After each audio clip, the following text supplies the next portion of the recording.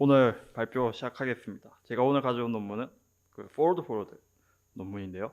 이쪽 보시면 원래 인공지능 논문 같은 경우에는 저자가 보통 여러 명인데 이 논문 같은 경우에는 단 한 명입니다. 이분 같은 경우에는 뭐 아실 분 아시겠는데 인공지능의 갓파더로 부르신 분이죠.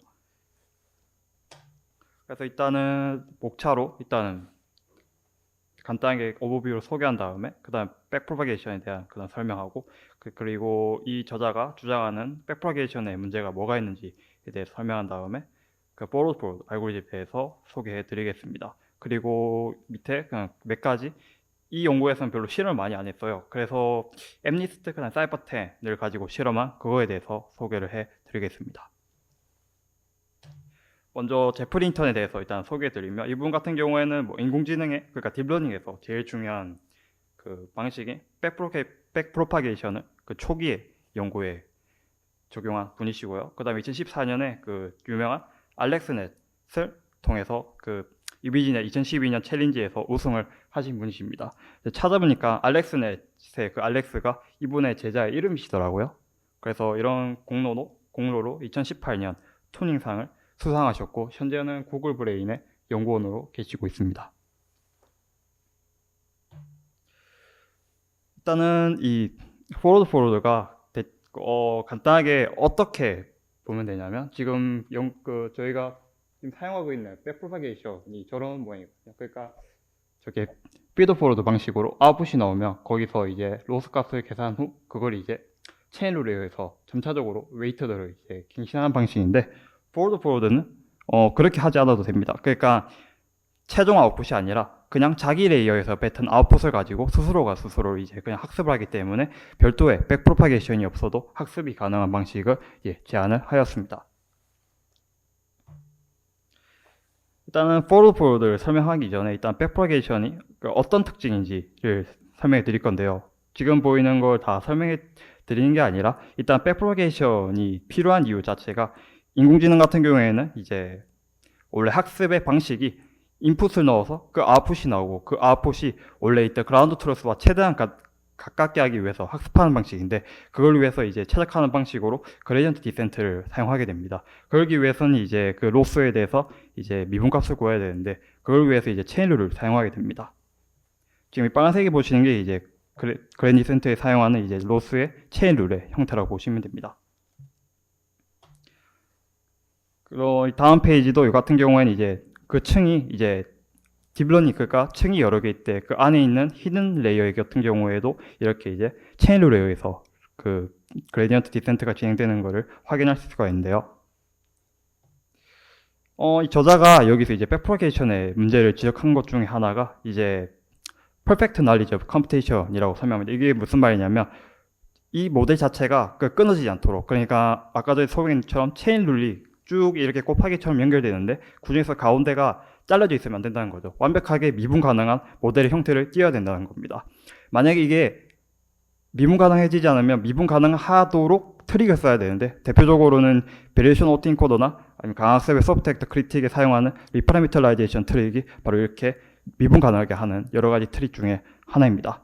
그리고 또 저자가 말하는 게 가장 이게 백프로파게이션의 한계 중에 하나가 원래 인간은 추론을 하면서 이제 배우게 되는데 지금 딥러닝 같은 경우에는 한 번 인퍼런스 배치가 끝나면 인퍼런스를 멈추고 학습을 하는 약간 그런 끊어진 그런 단계를 거치게 됩니다. 저자는 이런 방식이 나중에 일반 인공지능으로 가는 데는 조금 제한이 있다라고 해서 그 문제를 지적하고 있고요. 또 이건 뭐 개인의 주장일 수도 있고 그럴 수 있는데 일단은 인간이 백프로파게이션으로 학습을 하는 것처럼 보이지 않는다라고 주장을 하고 있습니다.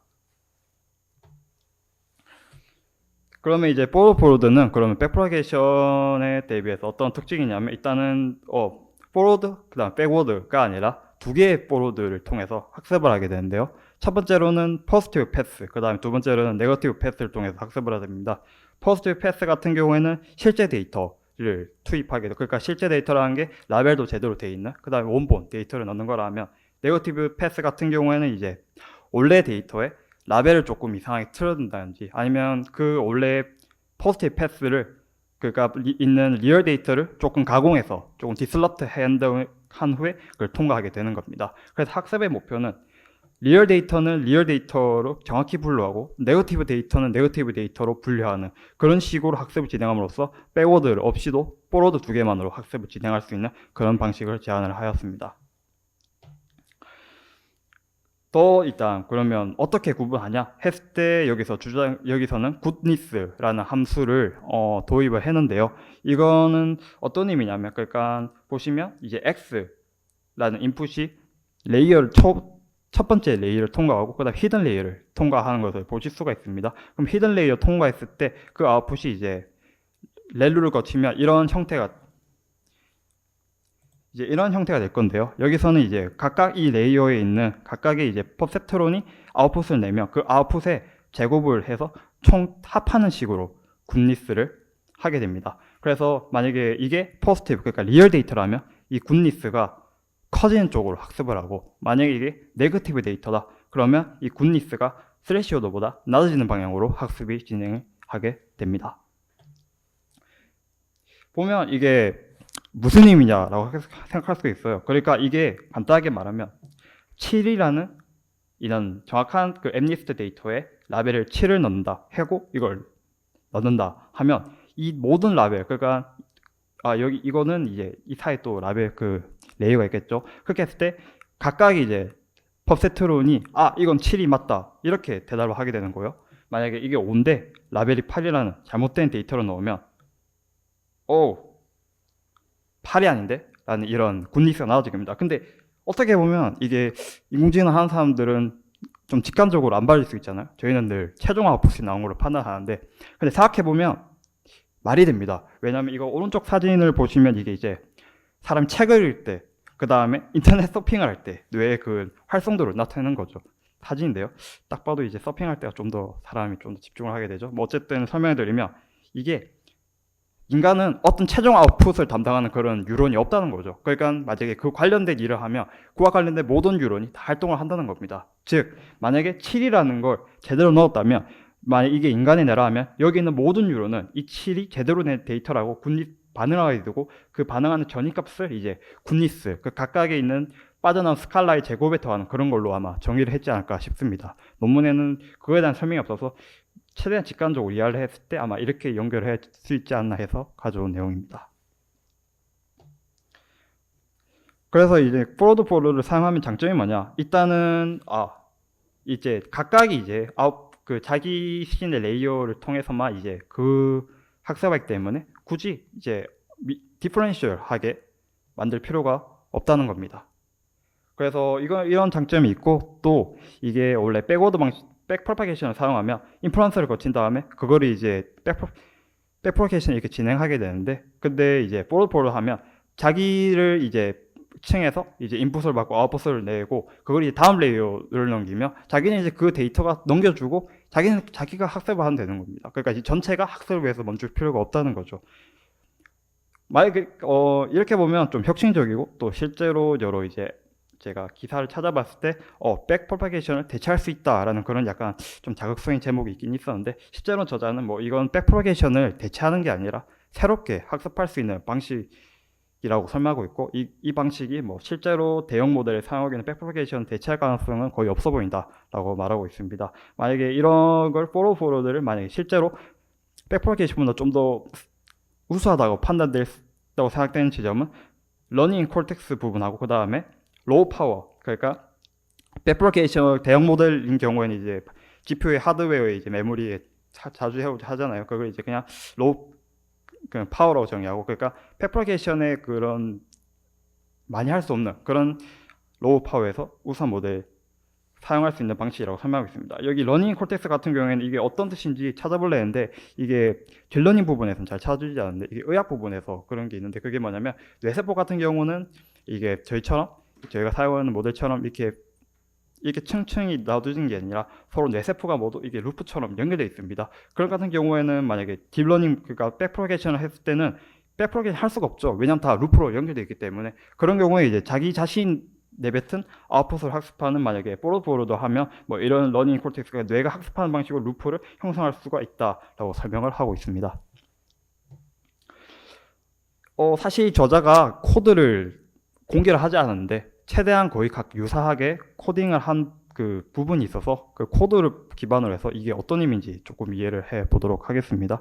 처음에는 이제 아까 전에 forward는 두 가지 방식으로 했댔습니다. 그러니까 그 다음에 실제 데이터에서 라벨을 바꾼 가짜 데이터, 이 포지티브, 네거티브 데이터를 두 개를 forward하는 방식으로 해서 학습을 한다 했습니다. 그래서 뭐 이거는 이렇게 데이터를 만드는 과정이 되겠고요. 그리고 이거 보시면 이제 forward는 이제 그냥 각자 스스로의 이제 레이어만 학습을 하면 됩니다. 백프로게이션 같은 경우는 보신 것처럼 최종 아웃풋의 로스를 계산한 다음 그 로스 값을 기반으로 백프로게이션을 하게 되는데 forward는 자신이 내뱉은 이제 아웃풋만을 이제 로스로 사용하게 됩니다. 그럼 이제 트레인은 어떻게 하냐? 아까 말씀드린 것처럼 제대로 된 데이터, 그러니까 숫자가 7이고 라벨도 7이면 높게 전이까지 반응하고, 만약에 7인데 라벨이 3이다 하면 스레시호드보다 낮게, 그러니까 거의 반응을 안 하도록 그렇게 계획을 하고 있는데요. 그러기 위해서 이제 굿니스를 이제 이 레이어에서 아웃풋으로 뱉은 값의 제곱을 다 더한 걸 그냥 간단하게 굿니스라고 정의를 하였습니다. 그래서 이제 로스 값을 이제 굿니스가 최대한 높게, 그 다음에 네거티브 이제 굿니스 같은 게 최대한 낮게 하는 방식으로 훈련이 진행이 됩니다. 그러면 이제 왜 이렇게 학습을 하면 됐다. 그러면 이제 나중에 또 테스트로 프레딕트 해야 될 거 아닙니까? 프레딕트를 어떻게 하냐 했을 때 저자는 이제 만약에 MDS가 이제 10개의 라벨이 있으면 일단 만약에 10개의 라벨을 다 해보는 겁니다. 그러니까 이게 만약에 숫자가 5가 있다. 그러면 라벨을 1일 때 넣어보고 2라고 가자고 넣어보고 3이라고 가자고 넣어보고 4라고 가자고 넣어보고 다 넣어보는 거죠. 그럴 때 어떤 라벨일 때 여기 있는 신경망의 굿니스가 그 총합이 가장 높냐, 그걸 해서 가장 높은 거를 이제 라벨로 이제 테스트를 하게 됩니다. 이렇게 했을 때 이제 엠리스트를 연구 진행했고 60의 포크를 진행했는데요. 그럴 때는 이제 테스트 에러가 1.36%로 그래도 학습이 된다는 걸 보여주고 있습니다. 그리고 또 만약에 500의 포크를 돌렸을 때는 이제 0.64%까지 이제 테스트 에러가 낮아진 것을 확인할 수 있었습니다.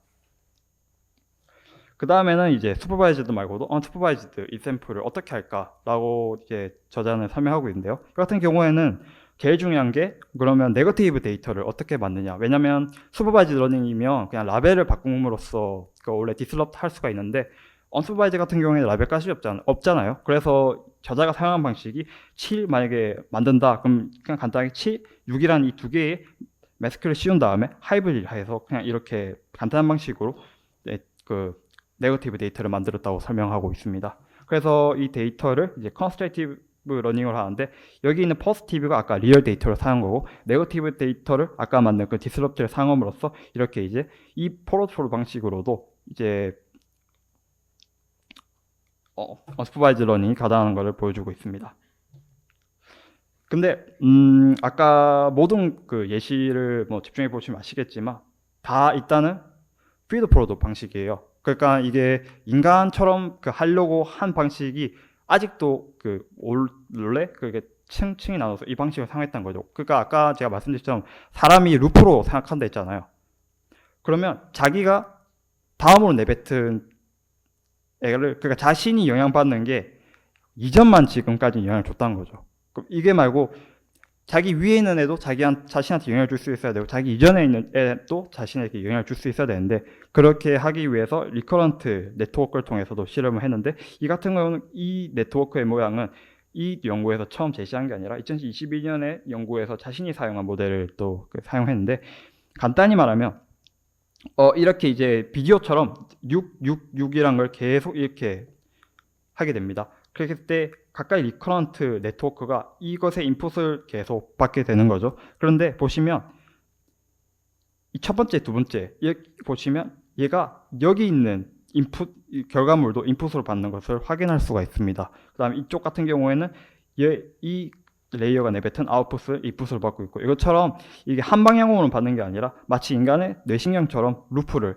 해서 인풋을 받는 약간 사람의 신경망과 비슷하게 만들어 학습하고 있는 걸 확인할 수 있는데 이 같은 경우에는 60의 포크를 돌렸을 때 1.31%의 테스트 에러를 보이는 것을 실험 통해서 확인할 수 있었습니다.